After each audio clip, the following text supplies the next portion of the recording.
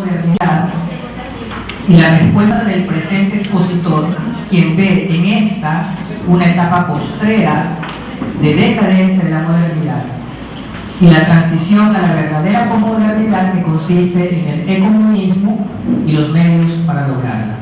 Ese es el punto 3 y 4. Gracias.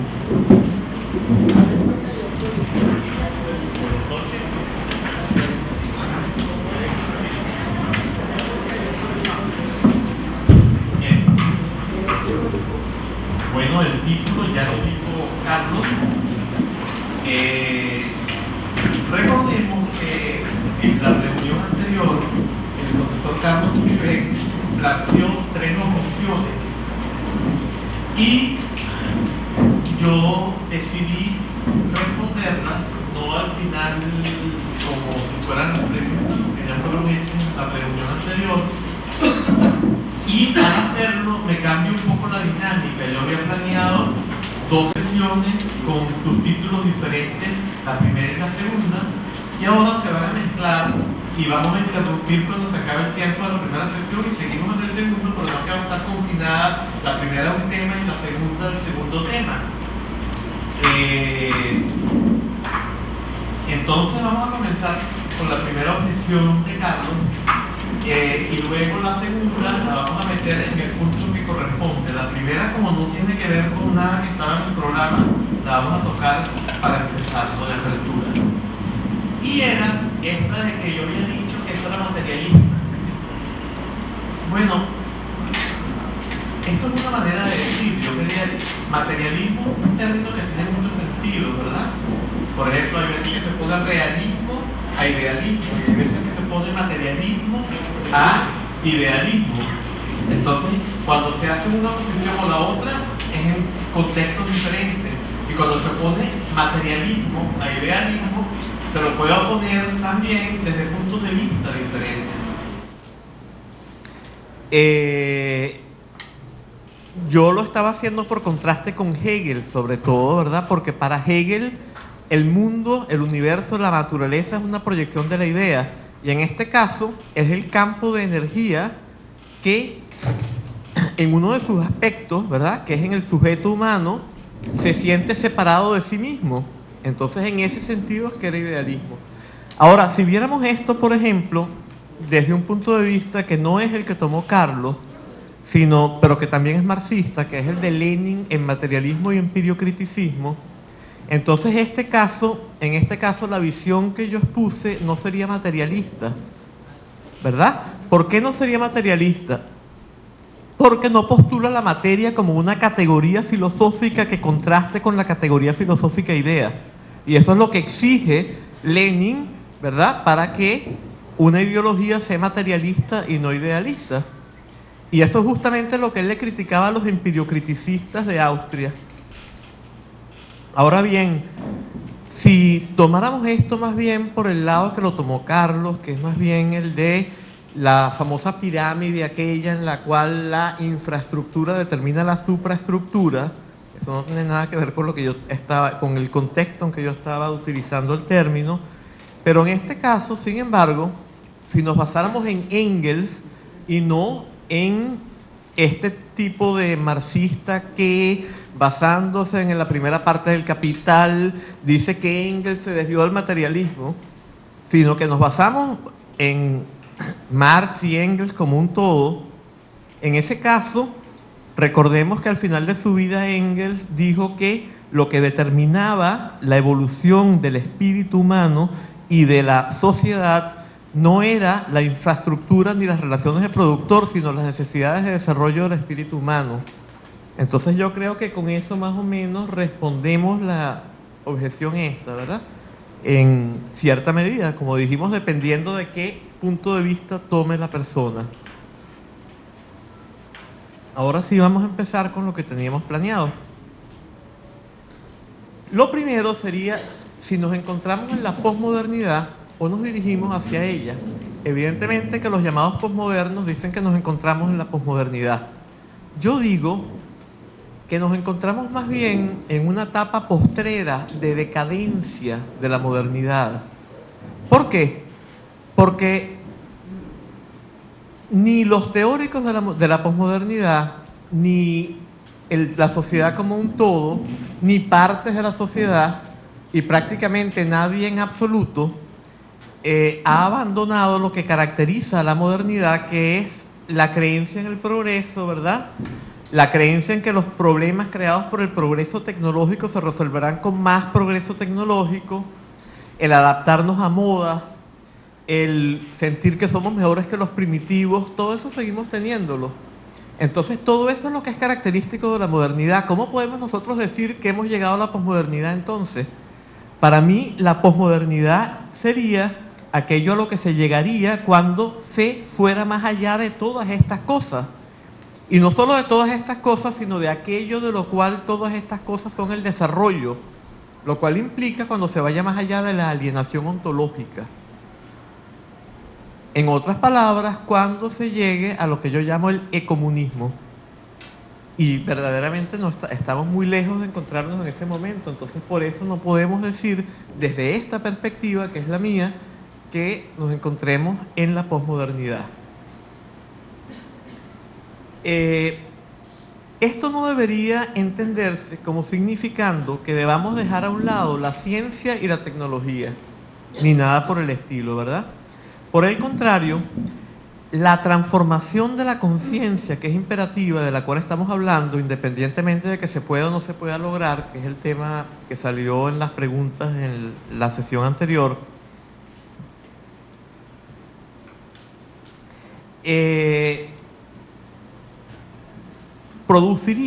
esta transformación produciría una transformación por el estilo de la que concibió Marcuse, ¿verdad? Para que en la liberación tanto de los seres humanos como del resto de la naturaleza, y aquí debemos agregar la supervivencia de ambos, requeriría una nueva ciencia fundamentada en un interés y por lo tanto en una racionalidad no instrumental que tuviese una visión de la naturaleza como una totalidad de vida a proteger y cultivar, estoy citando literalmente, y no como un útil a usar y manipular. Según Marcuse, esta transformación del interés en la base de la ciencia produciría cambios esenciales en ellas, pues las mismas, sin perder su carácter racional, yo diría más bien haciéndose finalmente racionales, porque las ciencias no son racionales en la medida en que producen resultados contrarios a los que esperan. Nosotros, el proyecto moderno, el proyecto de desarrollo de la ciencia y la tecnología que estaba orientado a producir un paraíso tecnológico en la Tierra. ¿Y qué es lo que ha creado? Un infierno tecnológico. Quería destruir el lado muerte, el lado dolor, el lado todo lo malo de la moneda de la vida. ¿Y qué es lo que ha hecho? Ha abierto un agujero a través de la moneda y ha destruido el lado que queríamos conservar también. Por lo tanto, eso no es racionalidad. Racionalidad sería la que adquiriera, ¿verdad? Cuando llegara, como decía Marcuse, a conceptos esencialmente diferentes de la naturaleza y estableciera hechos esencialmente diferentes. En lo que respecta a la filosofía que se designa a sí misma como posmoderna, por su parte, ellos, como sabemos, dicen que los grandes discursos, los metarrelatos, todo abarcadores, son ilegítimos, y plantean los llamados petits récits fragmentarios, los pequeños relatos fragmentarios, ¿verdad? Pero estos pequeños relatos fragmentarios se hacen desde la perspectiva de la mente fragmentaria, la de los hombres con el elefante, los ciegos con el elefante de la que hablamos en la reunión anterior. Y esa mente fragmentaria que confunde el mapa con el territorio, en términos de Korzybski, el semántico, ¿no? Y que en cuanto tal sostienen y potencian la perspectiva de esos ciegos con el elefante. Eso es lo que ellos plantean, ¿no? Y en cambio, lo que se plantea, por ejemplo, en el libro de la alienación, en el cual están basadas estas charlas, es un sistema filosófico todo abarcador, o para ser más preciso, un antisistema filosófico. ¿Por qué? Porque la idea no es que nos aferremos a él, sino que lo utilicemos como un clavo que se usa para sacar otro clavo, pero que no permanece in situ, sino que saca el otro clavo y sale el mismo. No es que nos aferremos a un nuevo sistema, sino que sirva como un antídoto contra la confusión del mapa con el territorio. Entonces sería un antisistema filosófico todo abarcador y global que muestre cómo erradicar la mente fragmentaria y la confusión del mapa con el territorio. Bueno, esta sería mi idea de lo que hace falta en este momento. Esos pequeños relatos no resuelven nada. Esos pequeños relatos son moda, son quizá también una manera de sentirnos especiales, de que estamos en la nueva ola, en la moda más actual, y eso es lo que es característico de la modernidad, entonces no hemos superado nada. Bien. Entonces, habíamos hablado de que lo necesario era la erradicación de la alienación ontológica, ¿verdad? Y que ello implicaba la erradicación del sujeto que se experimenta como separado del objeto y por lo tanto del ser para sí, esta categoría que introdujo Hegel en la filosofía occidental, pero tal como la entendió Sartre, en el ser y la nada en particular. Y ello implica la erradicación del yo con el cual se identifica el sujeto mental, ¿no? O mejor dicho, la autoimagen con la que se identifica el sujeto mental. Así como de la subjetividad que se concibe como anclada exclusivamente en el lenguaje y o en la cultura. Aquí me voy a excusar con quienes no se interesan en el psicoanálisis en general ni en Lacan en particular. Por cierto, Lacan está muy lejos de ser mi especialidad, ni mucho menos. Pero voy a ampliar esta última frase que ya se encontraba en el programa original para responder las otras dos preguntas de Carlos al mismo tiempo. Y voy a leer para ser más preciso, ¿verdad? Con ayuda de Carlos voy a responder su propia pregunta, sus propias preguntas. Bueno, lo que se está afirmando no es que la subjetividad así concebida pueda desvincularse del lenguaje y de la cultura. Como ya se dijo, para que se manifieste el estado de comunión, no solo el yo tiene que morir, sino que también tiene que hacerlo la subjetividad que aflora cuando algo del goce propio se expresa en el lenguaje, que es provocada, esa subjetividad, por la cadena significante que va aflorando como el trabajo que se hace para discernir el deseo y que puede reducirse a los momentos pulsátiles en que la palabra abrocha con el goce. Esto es lacaniano, o sea, el lenguaje, ¿no? Como decir francés, español, esto es lacaniano. Aquello es lo que los budistas zen llaman la gran muerte, y que ocurre primero por periodos limitados y en algunos casos puede llegar a consolidarse de manera definitiva. Para Freud, como lo manifiesta de manera particularmente clara en su correspondencia con Romain Rolland, el estado de comunión sería una regresión psicótica y sería lo menos deseable del mundo. Y para la ego psychology de los discípulos de Anna Freud, lo único deseable sería la funcionalidad del yo que, como bien lo reconoce Lacan, es por su propia naturaleza alienado. Más aún, para Lacan, incluso la subjetividad es por su propia naturaleza alienada. Ahora bien, hay dos tipos de subjetividad.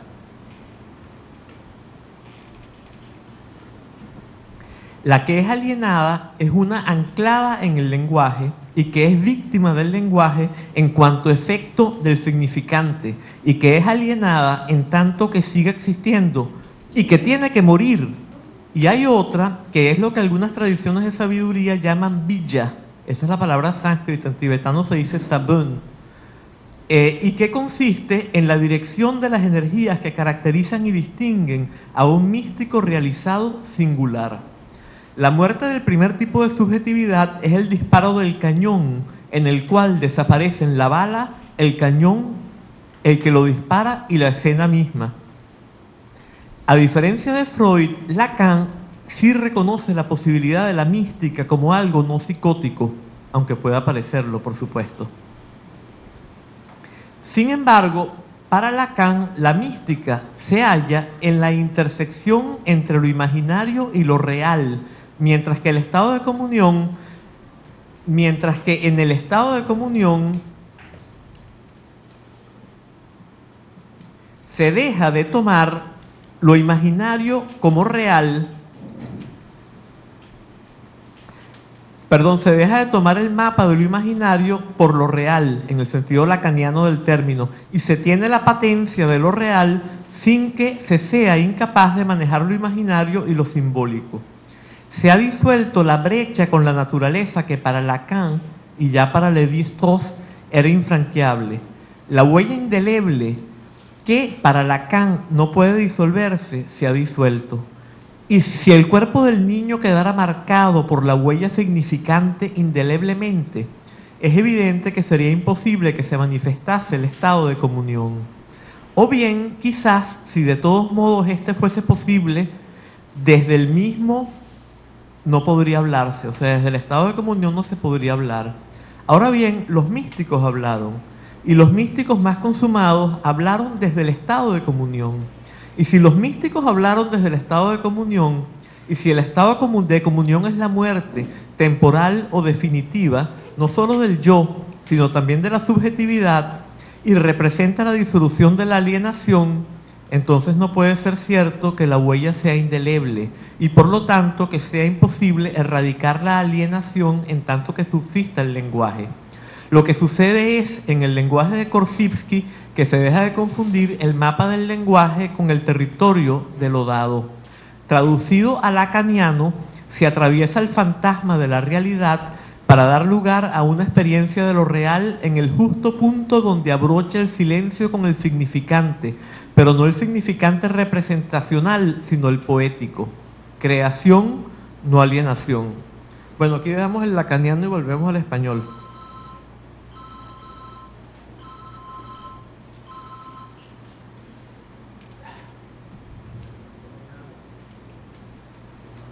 Bueno, claro está que podría objetarse que no se puede demostrar que los místicos, o por lo menos algunos de ellos, hayan hablado desde el estado de comunión.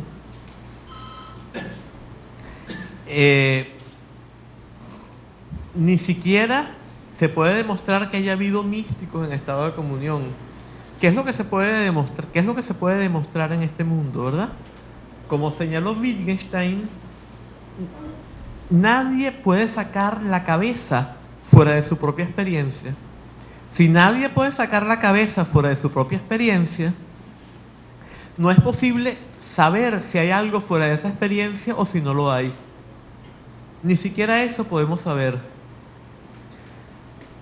Ahora bien, ¿significa esto que debamos volvernos indiferentes hacia lo que pasa en el mundo y dejar de ocuparnos de la política, volvernos indiferentes hacia el sufrimiento de otros y así sucesivamente? Aunque por razones que no difieren de las que señaló Wittgenstein, haya que, como bien lo dijo Husserl, poner el mundo externo en paréntesis, él dijo también que tenemos que asumirlo en vez de ponerlo en duda. O sea, ponerlo en paréntesis no significa ponerlo en duda, significa saber que no podemos saber si existe, pero sin embargo tenemos que asumirlo. Esta es la base de la fenomenología husserliana y nosotros tenemos que actuar de esa manera. Y por lo tanto no podemos permanecer indiferentes hacia el mundo. La gente se imagina que los místicos son indiferentes hacia el mundo. Esto nunca ha sido verdad. Por ejemplo, en las tradiciones de comunión, en el términos del lenguaje que estamos hablando, que tienen su origen en el monte Kailash y que son muchas, está el taoísmo, se movió desde el monte Kailash hacia China, el shivaísmo hacia la India, el surbanismo hacia Persia, el ismaelismo ya en época musulmana hacia Persia también, algunas tradiciones del sufismo, etcétera, la tradición dionisíaca griega y así sucesivamente, el culto Osiris en Egipto. Estas tradiciones tuvieron un enorme interés en lo político. Por ejemplo, el tantrismo siempre intentó disolver las divisiones de castas. El taoísmo tuvo revueltas sucesivas en contra del orden establecido. En el Tíbet, el rey Mune Sampo trató en 3 ocasiones consecutivas de redistribuir la riqueza de los tibetanos hasta que su madre lo envenenó y acabó con él. En el Islam, entre los ismaelitas, surgió el movimiento Karmata, ¿verdad?, que trató también de implantar una absoluta igualdad, y en efecto logró dominar por un largo tiempo una buena parte de los países árabes, hasta que finalmente los derrotaron y tuvieron que confinarse a Bahrein, y luego allí mismo hubo una revuelta y los acabaron y se volvió a restablecer el Islam tradicional. De hecho, lo que ellos planteaban era algo que no tenía nada que ver, sus doctrinas no se parecían en nada a las musulmanas. O sea, en esa época pudieron abrirse y mostrar lo que ellos eran en verdad. Bien, entonces no debemos pensar que los místicos son indiferentes hacia lo que sucede en el mundo. Esto que dijo Husserl se aplica mucho a lo que sucede con los místicos. Bueno, ok. Sin embargo, cuando se manifiesta el estado de comunión, a pesar de que no podemos demostrar que ese estado existe, para aquella persona a la que se le ha hecho patente ese estado, es evidente que lo que se manifiesta en ese estado es la verdadera realidad y que en cambio la ilusión de sustancialidad no es más que una ilusión. Él jamás podrá demostrarle esto al resto de la gente. Probablemente ni siquiera le interese, porque nada le llegue a importar tanto, pero naturalmente va a tratar de comunicar ese mensaje de manera espontánea y natural, sin que le importe, sin que se angustie por ello, sin que le parezca algo debido a muerte, pero naturalmente, tal como el agua cae de la montaña hacia el mar, de la misma manera le va a suceder esto al místico. Ahora nos interesa la pregunta que se hizo repetidamente al final de las sesiones del lunes. ¿Es factible que nuestra especie, o por lo menos una parte suficientemente grande de ella, logre, antes de que la crisis ocasione la autodestrucción de dicha especie, esa desalienación? ¿O estamos condenados irremisiblemente como especie y como civilización?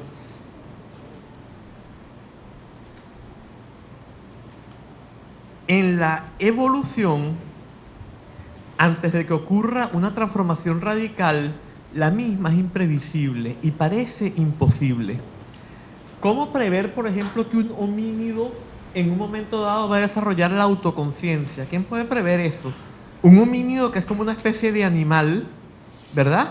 De un momento a otro desarrolla la autoconciencia. ¿Cómo podemos prever esto? A nadie se le podría ocurrir que esto fuera posible antes de que suceda. Sin embargo, una vez que ha sucedido, a todo el mundo le parece que eso era inevitable y que eso era lo más natural y que no podría no haber sido. ¿A ustedes se les ocurre que ustedes podrían no ser humanos, sino seguir siendo unas especies de monos? Bueno, más o menos esto es lo que sucede con todas las transformaciones radicales. Yo creo que vale la pena traer a colación lo que Edgar Morin dijo hace muy poco en una entrevista que le hiciera a la revista Semana en Colombia. Lo que dijo fue lo siguiente: las tendencias probables, estaban preguntándole acerca de las posibilidades de superar la crisis ecológica, de resolver la crisis ecológica.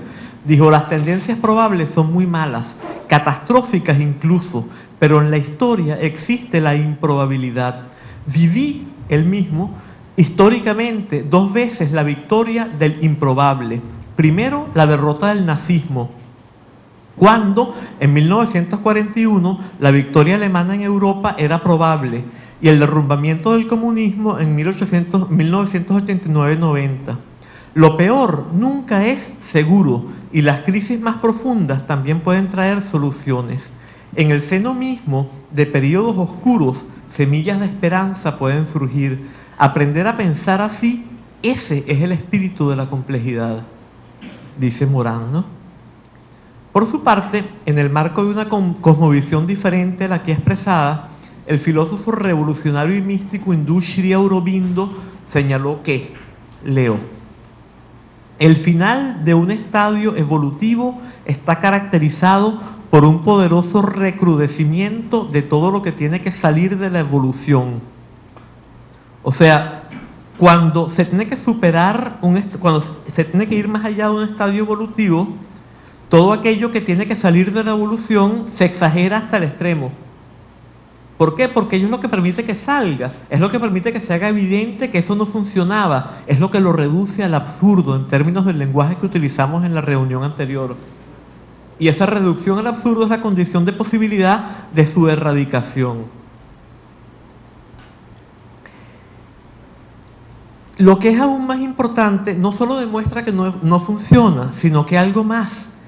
estira en el proceso primario, recordemos que el no que le dé a algo el proceso secundario, que es digital, al proceso primario en el que no existe el no, porque es analógico, no se puede leer como una negación. Entonces, el no que le dé el proceso secundario a cualquier cosa que esté sucediendo en el primario no puede erradicarlo.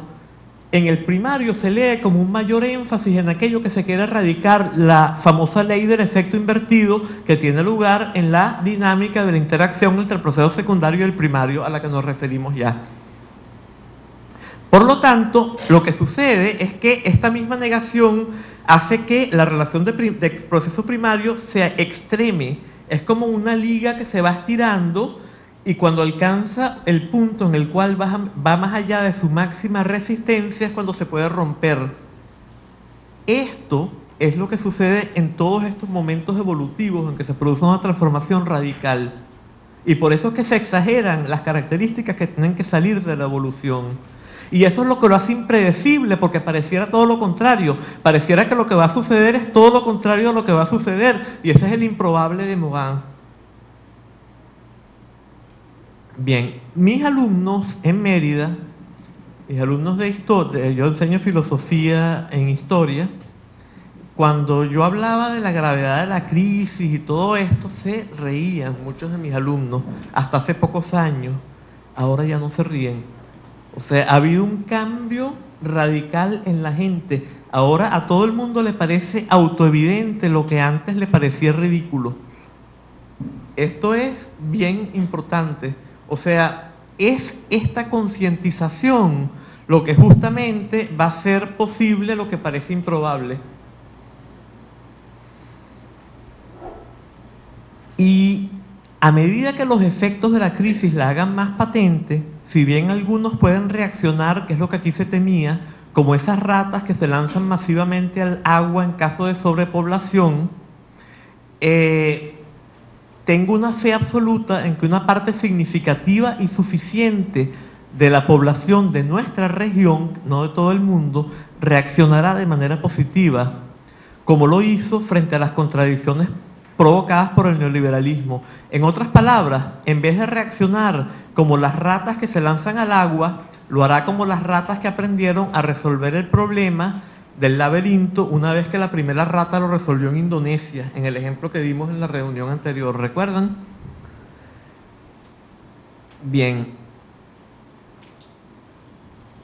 Esto de que las crisis más radicales son la condición de posibilidad de los cambios más radicales, ya lo hemos visto en lo político y lo socioeconómico, pues como ya dijimos, la crisis provocada por el neoliberalismo ha sido la causa directa de los intentos de transformación que se han ido dando en Latinoamérica en estos últimos años, independientemente de que sus efectos hayan sido los que desearíamos que fueran o no. Pero el hecho es que se han producido transformaciones como resultado de esos exacerbación del neoliberalismo, ¿verdad? Por ejemplo, en Venezuela Chávez afirma que el llamado Caracazo se halla en la raíz de lo que él llama la revolución bolivariana. Si nos gusta lo que ha sido esa revolución o no, no viene al caso. Simplemente se produjo una transformación en respuesta a la exacerbación de algo negativo. Y una respuesta que buscaba lo contrario de lo que esa exacerbación era y de aquello que se había exacerbado en ella. Bien. Bueno, es evidente que esta llamada revolución bolivariana no ha logrado una transformación como la que sería imperativa, no solo para lograr que nuestra especie sobreviva y pase a su próximo estadio evolutivo, sino y para que lo que hasta ahora y por mucho tiempo había sido utopía se haga entopía. Yo creo que tengo que explicar ese término, ¿verdad? Es bueno, es lo contrario de u es fuera, en es en. Y topía es el topos o lugar. O sea, en otras palabras, para que el mundo se transforme en un buen lugar aquí mismo, lo que antes era utopía se manifieste. Esto no es lacaniano, esto es, no sé. Bueno. Más aún, muchos temen que esta revolución termine en un autoritarismo, como sucedió en los mal llamados socialismos reales del siglo XX. Digo mal llamados porque fueron reales, pero no fueron socialismos, ¿verdad? Por eso llamarlos socialismos reales es un poco un eufemismo o un error quizá más bien. Y que, como ya dijimos también en la reunión anterior, se acercaron mucho al 1984 de Orwell, tal como las democracias burguesas se aproximaron al mundo feliz de Huxley, el Brave New World, ¿verdad? Bueno, esto nos conduce a considerar las condiciones de la revolución total, que es imperativa, y en particular a dos de esas condiciones, porque los límites de tiempo no nos permiten ocuparnos de todo.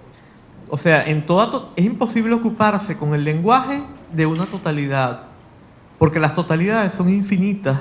El lenguaje es lineal, y lo lineal jamás puede agotar lo infinito, lo total. Entonces, las dos que vamos a tocar son la revolución cultural y la revolución psicológica. Estas dos se necesitan mutuamente. ¿Por qué? Porque para transformar la conciencia es imperativo que las relaciones que nosotros internalizamos en la sociedad se transformen. Pero para poder transformar las relaciones de la sociedad, aquel que quiera transformarlas tiene que transformar sus estructuras psicológicas. Esto se parece a la cuestión del huevo y la gallina, ¿no? ¿Quién le pone el cascabel al gato? ¿Cómo se puede lograr esta transformación? Y si yo no puedo lograr la psicológica sin haber logrado la otra, y no puedo lograr la otra sin haber logrado la psicológica. Bueno, podríamos tomar el ejemplo del pollito y la gallina. Para que un pollito salga del huevo, él picotea desde adentro al mismo tiempo que la gallina picotea desde afuera. Esta sería la clave de esa revolución que es imprescindible y de la cual dependería nuestra supervivencia y la manifestación de esta euentopía. Bueno, la revolución cultural radical, que es imperativa si hemos de sobrevivir, no debemos tomarla como la revolución cultural de Mao Zedong ni nada que se le parezca, ¿verdad?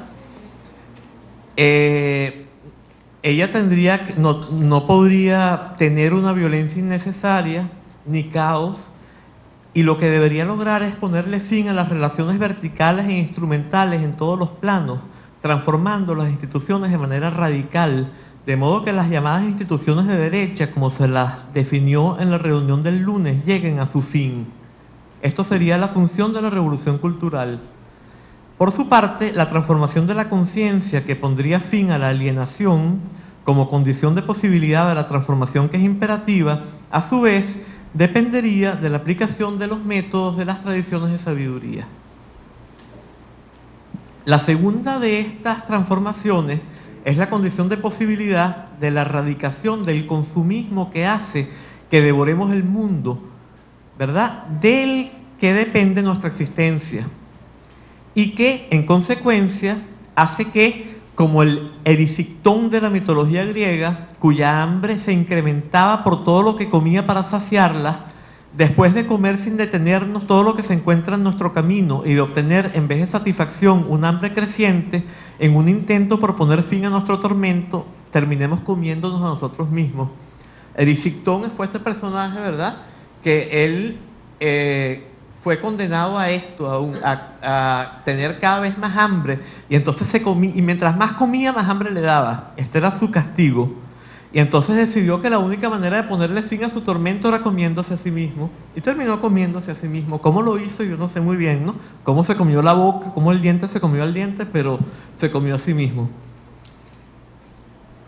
Bien.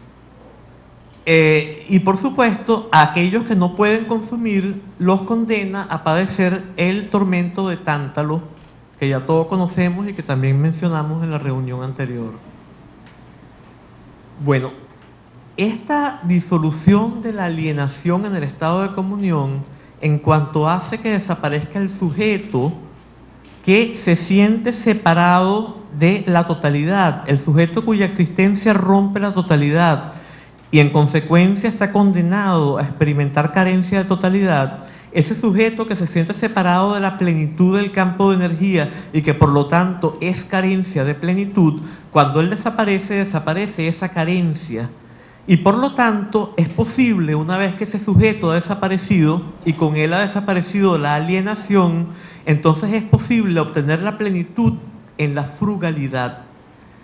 Cosa que es lo que se nos ha hecho a nosotros imposible y nos hemos vuelto, como dice Ictón, necesitando comer cada vez más, y mientras más comemos más hambre tenemos. Esto es lo que es característica de nuestra época. Este sería el primer aspecto, ¿verdad?, por el cual la revolución interior es indispensable. Y esto nos conecta con las tesis de los llamados decrecentistas de Francia, a quienes me referí en la reunión anterior, y de quienes, si me queda tiempo, yo voy a leer un programa, porque ellos tienen un partido político que se llama Partido Objetor de Crecimiento. Pero no voy a leer el programa de ellos, sino mi adaptación de ese programa, que está en un artículo mío que aparece en la página web de la revista Entropía. Si nos queda tiempo, vamos a leer ese programa. Bueno, en la segunda parte es que solo si se produce esa revolución, podría esa revolución, que es imperativa, no constituir un mero cambio de amos, como sucedió en la Animal Farm de Orwell. ¿Recuerdan? Unos animales son más iguales que otros. Los cerdos son los más iguales de todos, ¿no?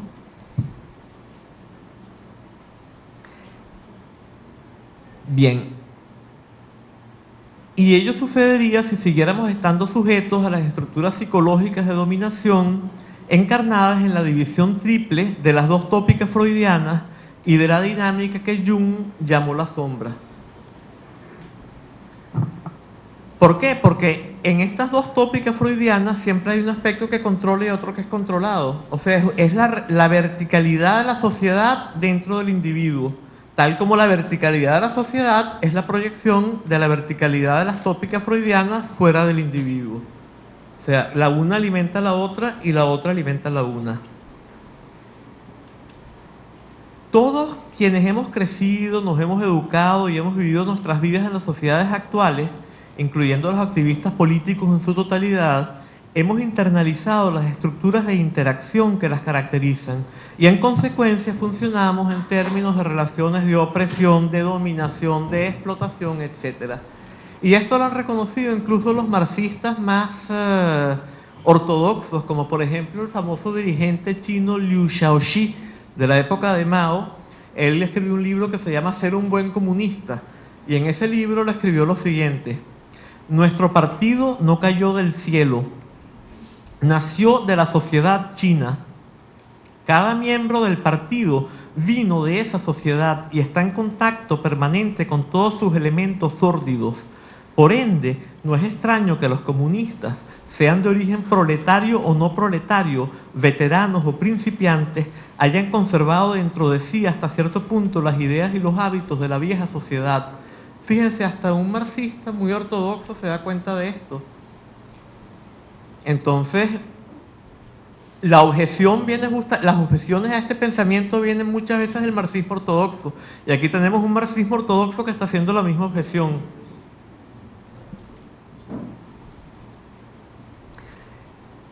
Evidentemente, si tratásemos de transformar la sociedad sin transformar la psiquis, en el proceso primario seguiríamos funcionando en el marco de las relaciones. Recordemos que en el proceso primario el énfasis está en la estructura de la relación y no es quién en ella. Entonces, si nosotros mantenemos la estructura del proceso primario y alguien toma el poder manteniendo esa estructura de proceso primario, en proceso secundario lo que va a hacer es cambiar de posición en la misma estructura del proceso primario que se mantiene, y por lo tanto va a dejar de ser el oprimido, pero va a pasar a ser el opresor. Y la estructura del proceso primario se mantiene. Entonces, esa evidentemente que no es la idea para que se produzca una verdadera liberación a nivel social. Esto es paradójico, que alguien que fue un escritor solamente y que no fue un político ni un filósofo como Franz Kafka escribiera: el animal le arranca el látigo al amo y se azota a sí mismo para convertirse en amo, y no sabe que es solo una quimera originada por otro nudo en la correa del látigo de su amo. Franz Kafka. En términos de Michel Foucault, podría decirse que si quienes hacen la revolución están penetrados, atravesados y dominados por el poder tradicional, no podrán evitar seguir reproduciéndolo en sus nuevas creaciones, ya que, y leo, hay que admitir en suma que este poder se ejerce más que se posee, que no es el privilegio adquirido o conservado de la clase dominante,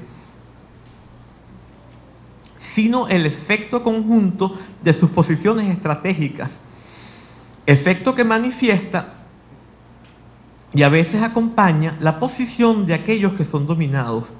Este poder, por otra parte, no se aplica pura y simplemente como una obligación o como una prohibición a quienes no lo tienen. Por el contrario, dicho poder los invade, pasa por ellos y a través de ellos, se apoya sobre ellos del mismo modo que ellos, en su lucha contra él, se apoyan a su vez en las presas que ejerce sobre ellos. ¿Quedó claro? Es un poquito complicado la cita, ¿no? Pero si quedó claro, no lo repito. Ok. Hay que admitir en suma que este poder se ejerce más que se posee, que no es el privilegio adquirido, privilegio entre comillas, adquirido o conservado de la clase dominante, sino el efecto de conjunto de sus posiciones estratégicas, efecto que manifiesta y a veces acompaña la posición de aquellos que son dominados. Este poder, por otra parte, no se aplica pura y simplemente como una obligación o como una prohibición a quienes no lo tienen. Por el contrario, dicho poder los invade, pasa por ellos y a través de ellos, se apoya sobre ellos del mismo modo en que ellos, en su lucha contra él, se apoyan a su vez en las presas que ese poder ejerce sobre ellos. Y al apoyarse en las presas que el poder ejerce sobre ellos, no pueden sino afirmar y reproducir ese poder. Gran conocedor de la interacción entre lo que Jung llamó la sombra y nuestra identidad consciente, en términos de Jung, nuestras personas, Foucault instó a sus congéneres gauchistes a descubrir el bourgeois dentro de sí y vérselas con él allí, en vez de utilizar a individuos externos como pantallas en las cuales proyectar los aspectos de sí que no podían aceptar y despreciar y odiar la pantalla, e incluso intentar destruirla como si ésta fuese lo que habían proyectado en ella. En efecto, por tales efectos solo podrían potenciar en mí el mal que estaban proyectando fuera de sí para destruirlo. Y no podría haber ningún tipo de revolución efectiva. David Cooper señala que quienes intentan transformar a la sociedad sin haber transformado su propia psiquis seguirán estando dominados por los otros internalizados, que son la base fenoménica de lo que Freud llamó el superyo, y por la serie de relaciones de opresión en términos de las cuales ellos funcionan. Por lo tanto, no podrán evitar reproducir en el nuevo orden social, económico, político, cultural, tecnológico, etcétera, la opresión que esos otros internalizados ejercen dentro de ellos. Más aún, individuos poseídos por la alienación y el error en todas sus formas, por relaciones de opresión y en particular por el odio hacia el mal que han alienado y proyectado en otros por medio de la dinámica de la sombra, podrían ser poseídos por un irresistible impulso a proyectar, bueno, esto ya lo dijimos, ¿verdad? La clase dominante, esos impulsos, esos aspectos, intentar destruirlos como si fueran esa clase, ¿no? Dando así más fuerza a sus propios aspectos destructivos, opresivos y sádicos, ¿no?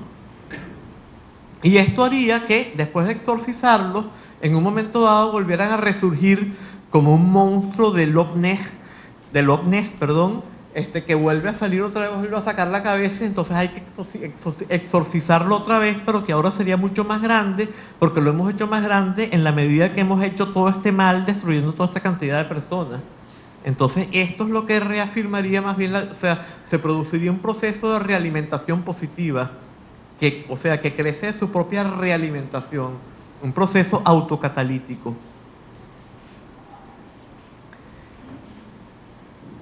Bien,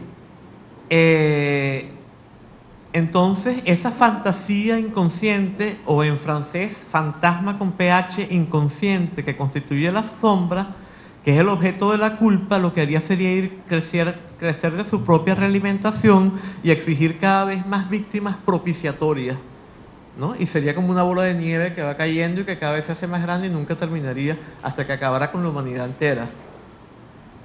Entonces quizá sea por esto que David Cooper le atribuyó estas palabras a Lao Tse. Yo las he buscado en todo lo que tengo de Lao Tse y no las encuentro, pero según David Cooper son palabras de Lao Tse. Para arreglar tu imperio, primero arregla tu provincia. Para arreglar tu provincia, arregla tu aldea. Para arreglar tu aldea, arregla primero tu clan. Para arreglar tu clan, arregla tu familia. Para arreglar tu familia, arréglate antes a ti mismo.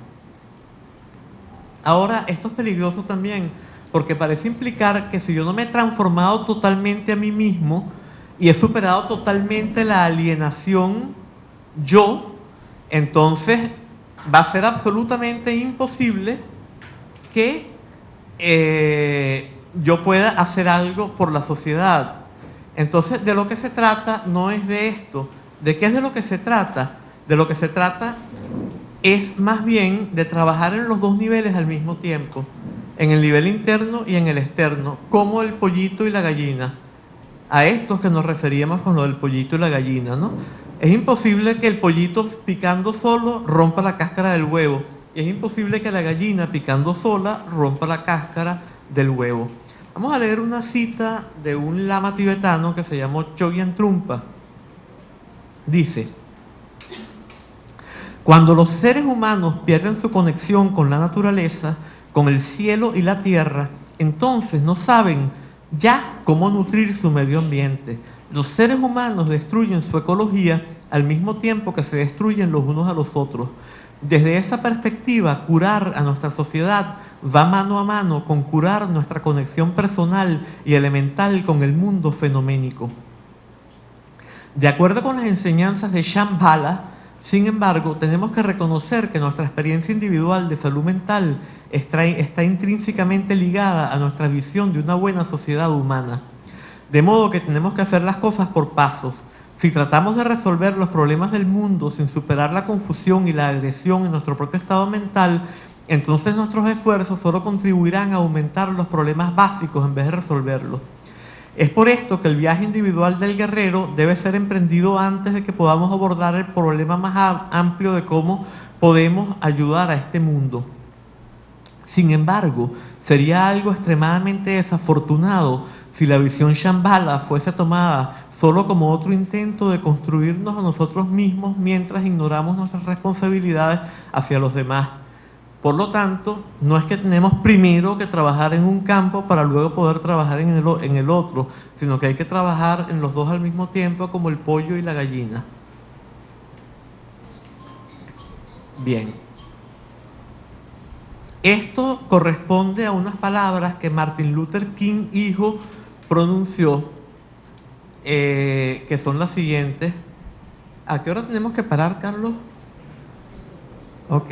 Vamos a leer esto de Martin Luther King. Por una parte, debo intentar cambiar el alma de los individuos para que pueda haber un cambio en sus comunidades sociales. Por la otra, debo intentar cambiar las comunidades sociales para que el alma de los individuos tenga una oportunidad. Lo mismo el pollito y la gallina.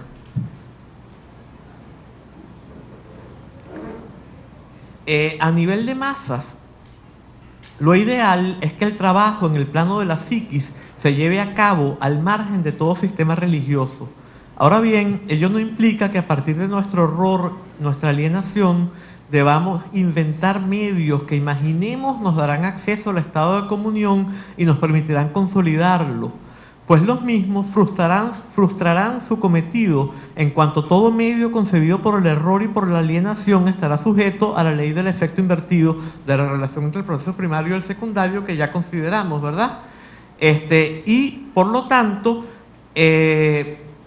jamás llegaremos a nada por esa vía.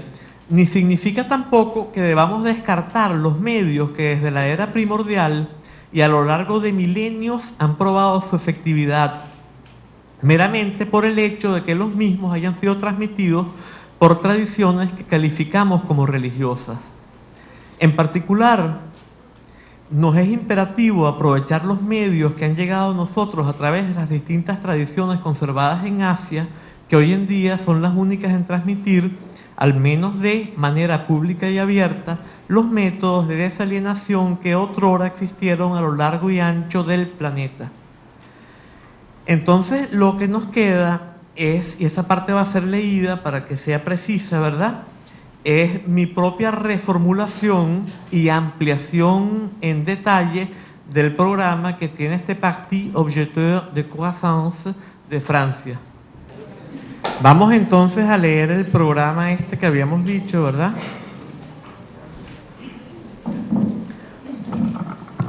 Este programa. Entonces, el primer punto es de lo que habría que lograr un decrecimiento de las... Son distintos decrecimientos los que vamos a plantear, ¿no?, en muchos niveles. El primero es un decrecimiento de las desigualdades a nivel de cada país, a nivel de cada continente y a nivel del planeta. Este decrecimiento es de la mayor importancia en cuanto ya no es posible hacer crecer el pastel, por el cual el asunto de su receta y de su repartición se ha hecho de primera importancia. El objetivo inicial a implementarse por la vía regulatoria es que el ingreso máximo per cápita en términos reales, tales como cantidad de comida, calidad de la habitación, calidad y cantidad de ropa, etcétera, y no de abstracciones monetarias, no sea más de 4 veces mayor que el ingreso mínimo. En una primera etapa se debería lograr que las diferencias de ingresos no excedan esta proporción entre los habitantes de cada país y que tampoco la excedan las diferencias entre los ingresos medios per cápita, calculados en los términos ya señalados, de los distintos países. Luego, en una segunda etapa, se debería lograr que las diferencias entre los ingresos no excedan esta proporción entre los habitantes del planeta en su totalidad. Y esto es algo que solo podría ser hecho posible por lo que Serge Latouche, este teórico del decrecimiento, llamó una pedagogía de las catástrofes. ¿Qué significa una pedagogía de las catástrofes? Que las catástrofes nos enseñan a aceptar algo que de otro modo no seríamos capaces de aceptar. Es lo mismo que la reducción al absurdo a la que yo me referí. Una pedagogía de las catástrofes, pero evidentemente que si esto no estuviera acompañado de la revolución interior a la que hice referencia, esto nos haría sumamente infelices, esta pedagogía de las catástrofes, porque el decrecimiento nos haría, nosotros seguiríamos teniendo el deseo de consumo que tenemos hoy en día y simplemente no seríamos capaces de satisfacerlo y seríamos infelices.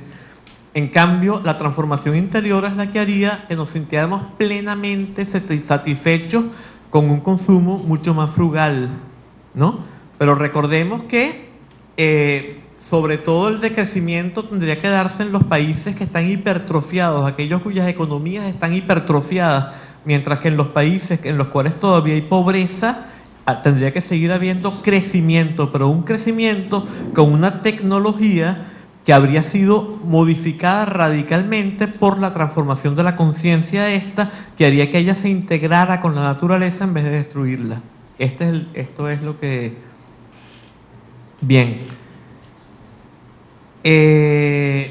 Ahora bien, con el avance de la transformación relacional psicológica, a la larga debería hacerse innecesario imponer proporciones como estas por vía regulatoria, y el principio económico que tanto Marx como Kropotkin atribuyeron al comunismo debería establecerse espontáneamente, con lo cual, como existía espontáneamente en el Paleolítico, con lo cual se podría lograr un grado de igualación de los ingresos todavía mayor, aunque nunca absoluto, ¿no?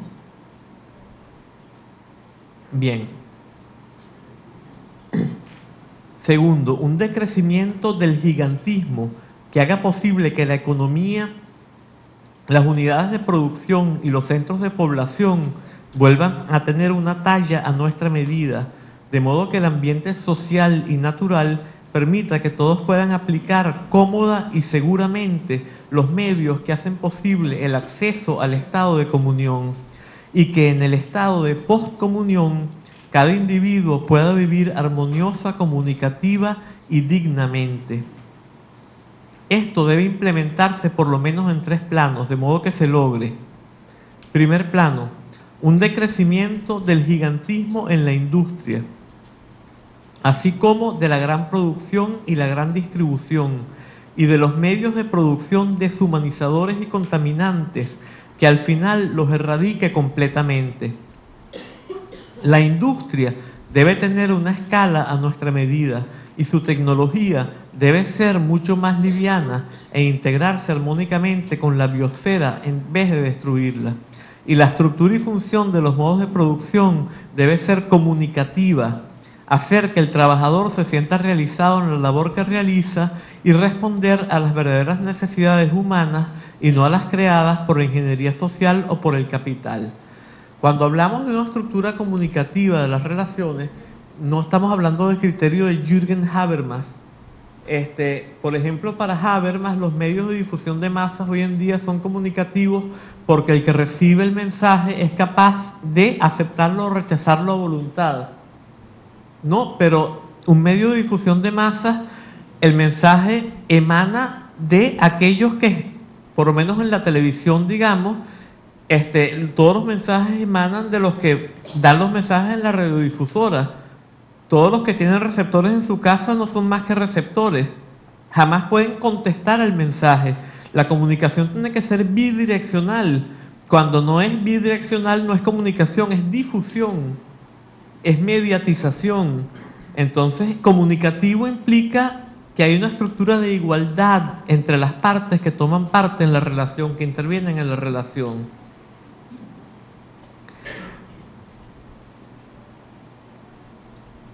Ok. Ya va, que perdí dónde estaba. Bueno. Comunicación.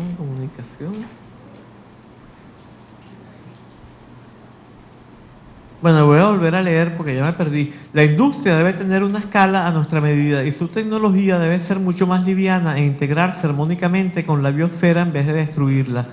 Y la estructura y función de los modos de producción debe ser comunicativa, hacer que el trabajador se sienta realizado en la labor que realiza y responder a las verdaderas necesidades humanas y no a las creadas por la ingeniería social o por el capital. Como vimos en la reunión anterior, la ingeniería social transforma a los seres humanos en máquinas, los modifica completamente y por lo tanto transforma absolutamente tanto al que transforma como al que es transformado, de modo que no hay diferencia entre ambos. A medida que ello se vaya haciendo posible, se iría retomando la producción artesanal por pequeños productores organizados en comunas autogestionarias plenamente autónomas para decidir qué es lo que han de producir y qué van a hacer con sus productos. Todo lo contrario de la economía planificada que imperó en la Unión Soviética, por ejemplo, ¿verdad? Cuya dinámica permitirá que el trabajo dilate el ánimo y se experimente como teniendo sentido, lo cual es particularmente importante para los jóvenes. En concordancia con las propuestas de Piotr Kropotkin y William Morris, esto debe ir mano a mano a medida que ello se vaya haciendo posible, con un decrecimiento gradual de la división del trabajo en agrícola e industrial, manual e intelectual, y así sucesivamente, de modo que al final todos realicen actividades que produzcan lo necesario para la vida, así como las que sean de su agrado entre las que hasta ahora se consideran creativas. Sin que lo dicho hasta aquí nos haga establecer moldes preconcebidos, debemos sopesar todas las propuestas sobre la transformación de la tecnología y en particular las interesantes ideas de Ivan Illich, Fritz Schumacher, Amory Lovins y Barry Commoner, entre otros, ¿no? Y entonces aquí se citan todos los libros, pero no podemos ponernos a leer todos los libros en este momento. Segundo punto, un decrecimiento del gigantismo en la producción agrícola y pecuaria, de la mecanización en gran escala de la agricultura, de los monocultivos y de la quimioterapia de la tierra, que permita que los alimentos se produzcan localmente y que su producción, en vez de dañar la ecosfera, incremente la biodiversidad. Esto implica la transferencia de las tierras de cultivo de los latifundistas y de la agroindustria a los agricultores, idealmente agrupados de manera natural en comunas, o sea, no comunas impuestas por el Estado como pasó en China de Mao, de modo que puedan cultivar los productos que ellos escojan, no los que les imponga una planificación central y que el pueblo necesita para su adecuada alimentación, lo cual